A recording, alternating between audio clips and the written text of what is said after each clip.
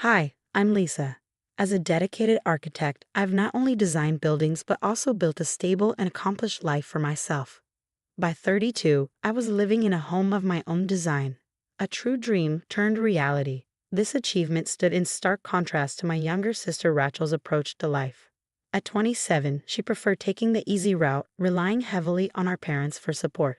Our relationship had always been a bit strained, largely due to Rachel's tendency to stir up drama whenever she felt overshadowed. Despite this, I tried to maintain peace and offer support, even though it often felt one-sided. Lisa, you're always so put together. Must be nice not having any real problems. Rachel would tease, her voice dripping with a mix of envy and sarcasm. I've had my fair share, Rachel. Just because I don't broadcast them doesn't mean they don't exist. I'd reply, trying to keep the peace. When Rachel announced her engagement to Mike, a guy she'd been dating for just a few months, I was hopeful yet cautious. This could be her chance to finally mature and take responsibility for her own life. He's amazing, Lisa. You'll see he's different from the rest. Rachel gushed one evening as we sat in my living room, her eyes sparkling with excitement. That's great, Rachel. I really hope it works out, I replied, masking my reservations with a smile. How did you two meet? At that yoga retreat I went to last spring. It was like an instant connection, she explained, fluttering her hands dramatically. Our parents were thrilled, immediately throwing themselves into wedding planning. They had a soft spot for Rachel and often indulged her more whimsical desires. I couldn't help but feel a bit sidelined, as usual, the responsible, reliable one. Lisa dear, we were thinking a wedding could be in your backyard. It's just perfect. My mom proposed one afternoon, her tone hopeful. I hesitated, my heart sinking a bit. We can talk about it, sure. Let's see what Rachel thinks.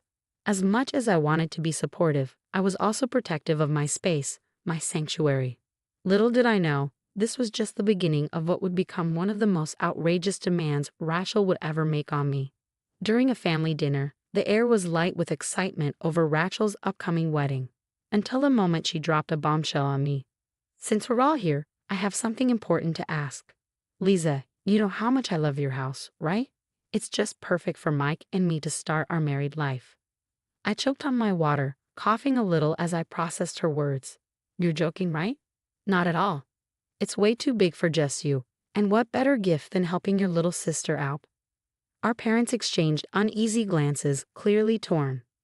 Lisa, maybe it's something to think about. It could really help Rachel and Mike, Mom suggested gently, trying to smooth things over. Dad, what do you think? I was desperate for some support, looking toward him with pleading eyes. Well, it is an unusual request, but it's also an opportunity for us to keep the family close. Dad added, his voice neutral. I couldn't believe what I was hearing. You want me to give up my home, the home I built from scratch, as a wedding gift? Rachel's eyes widened, feigning surprise. It's not like I'm asking for a handout. Think of it as passing it on to family. Isn't that what families do? Help each other. Helping is one thing. This is something else entirely, I retorted, feeling the tension rise. It's just a house, Lisa. You can always build another. Rachel chimed in, her tone dismissive. Just a house. Rachel, you know how hard I've worked for it. It's not about the bricks and mortar. It's about what it represents. Mom tried to mediate. Maybe there's a way to make everyone happy. Lisa, could you at least think it over for the family? As the meal progressed, the atmosphere soured. Each comment from Rachel felt like another jab, another reminder that my hard work was being undervalued. You're being really selfish, Lisa. I thought you'd be happy to support me on my big day. Supporting your wedding and giving away my home are two very different things, Rachel, Dad sighed, pinching the bridge of his nose. Let's not turn this dinner into an argument. Lisa, take some time to think it over. All right. I nodded, more out of a desire to end the conversation than any agreement. As the dinner wrapped up, the weight of the conversation hung over me like a dark cloud. I needed a plan, a way to show them the absurdity of Rachel's request without tearing the family apart. That night, as I lay in bed, the walls of my home felt more precious than ever. The idea of handing over my sanctuary was unimaginable, yet the pressure from my family was real and pressing. I knew something had to be done, and simply refusing wasn't going to be enough. They needed to see Rachel's true colors, and I had just the idea to make that happen. After tossing and turning all night, I decided to call Mike. Surprisingly, he was just as frustrated as I was with Rachel's demands. Listen, Mike, I think we need to show her what it really means to own a home. It's not all dinner parties and decorating. Exactly, Lisa. She doesn't understand half of what goes into it. What do you have in mind? How about a trial period? Rachel moves in thinking she'll inherit the house. But we set up real-life challenges. Let her handle everything I do daily, from bills to unexpected repairs. Mike paused, then chuckled. You're serious? Like a reality check, yes. But it has to look supportive, not like a setup. Can you handle being on the inside? You bet. I'll make sure she doesn't suspect a thing. The next day, I invited Rachel over, putting on my best big sister face. So I've been thinking about your proposal, and maybe there's a way to work this out. How about a trial period? You and Mike move in and handle everything. If after 3 months it feels right, we can talk about transferring the house. Rachel's eyes lit up. Really? You do that? Of course, I replied. But it's not just about living here. It's about managing everything, bills, maintenance, the whole deal. Sounds easy enough, right, babe? Rachel turned to Mike, who nodded enthusiastically. Great, let's start this weekend. I'll help you settle in. As they moved in, I laid out the homeowner's handbook I had created, complete with budget sheets and a schedule of maintenance tasks. The first challenge was simple: a clogged sink. Just call a plumber, right? Rachel asked, scrolling through her phone. Nope, you're going to fix it. That's what homeowners do, I insisted, handing her a plunger and a wrench. Mike reported to me daily. She's already complaining. Missed her nail appointment because she had to wait for the HVAC guy. The hidden cameras I'd installed for security, which I'd informed them about, captured every tantrum and mishap. Rachel struggling to reset a tripped breaker, her meltdown over the lawnmower not starting, and her fury when the weekly budget fell short. Each day brought new challenges. I made sure the problems were just tough enough to push her but still believable as regular homeownership woes. Why is everything breaking? Rachel exclaimed one evening as another appliance had cuped. That's home life, Rachel. Things happen, I replied, hiding my smirk. As the weeks passed, Rachel's facade began to crack. Complaints piled up, and her true nature surfaced more with each passing day. Mike kept me updated, but he was growing wary too.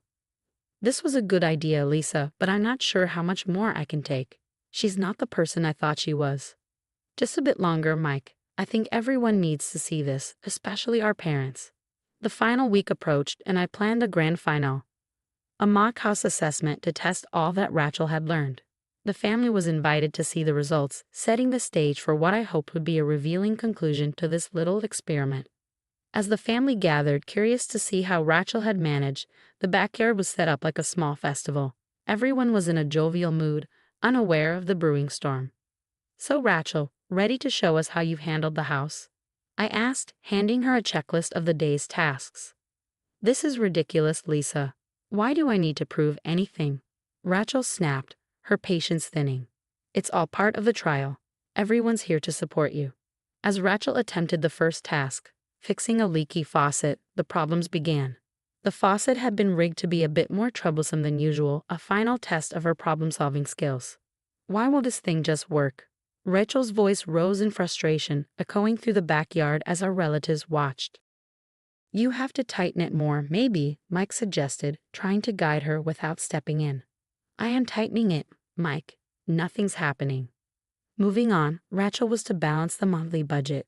I had slightly altered the numbers as they wouldn't quite add up, testing her attention to detail and patience.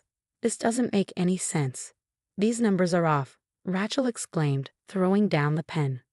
It should all be there, Rachel. Maybe take another look, I urged, keeping my tone neutral. I've looked 3 times, Lisa. Are you sure you didn't mess this up just to make me look bad? The final straw came with the lawn maintenance. Overnight, I'd had extra fast-growing grass seed spread, which made the yard look like it hadn't been mowed in weeks. Now for the lawn, Rachel. It seems to have grown quite a bit, huh? I remarked casually. This is impossible. It wasn't this high yesterday. Did you do this, Lisa? Rachel's face was a mix of anger and desperation. No, why would I do that? Grass grows, you know. That's part of having a home. I can't do this anymore. You set this all up to fail. You never wanted to give me the house." Her outburst caught everyone's attention. Mom and Dad looked on, bewildered by the scene unfolding. "Rachel, calm down. Let's talk about this." Mom tried to intervene. "No, Mom, you need to see how Lisa has been torturing me with these impossible tasks.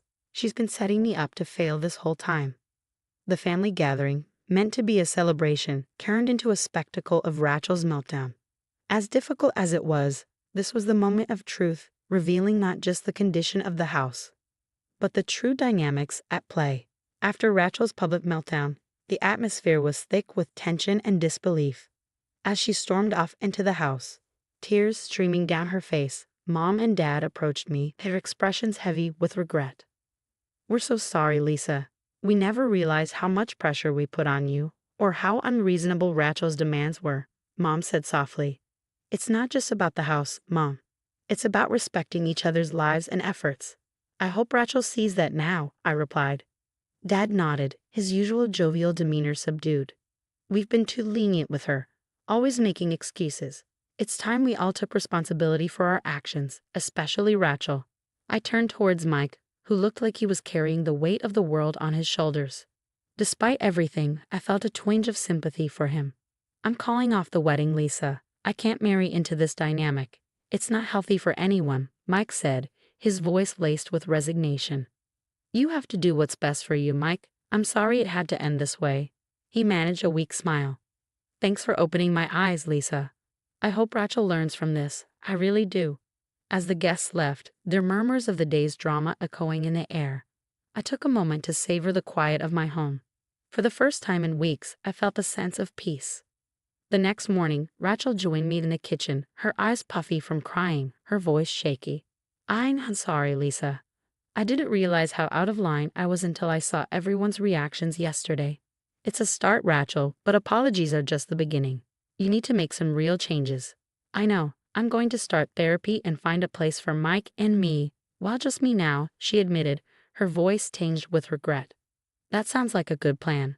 Remember, Rachel, respect isn't given. It's earned, and that starts with respecting yourself enough to take responsibility for your life." Rachel nodded, a glimmer of understanding in her eyes. "I'll try, Lisa. Really, I will." As the house slowly returned to its usual serene state, Mom and Dad began to see our family dynamics in a new light. They started setting boundaries with Rachel, who moved into a small apartment, began therapy, and took a more active role in managing her finances and life. It was a long road ahead, but there was hope that she could turn her life around. Meanwhile, I reclaimed my space and peace, focusing on my career and personal growth. The entire ordeal taught me the importance of boundaries and the strength it takes to maintain them. In the end, the house remained my sanctuary, a symbol of my hard work and dedication. And as for Rachel, with a bit of luck and a lot of work, maybe she'd find her own way, building something truly her own, rooted in reality and respect, not entitlement. The story of Lisa and Rachel has come to an end, but the conversation doesn't have to. What do you think about Lisa's decision to put Rachel through the homeownership test? Was it a fair strategy to expose Rachel's entitlement, or do you think there were better ways to handle the situation? Share your thoughts in the comments below. And if you enjoyed this story and want to catch more like it, don't forget to hit the like button and subscribe to the channel.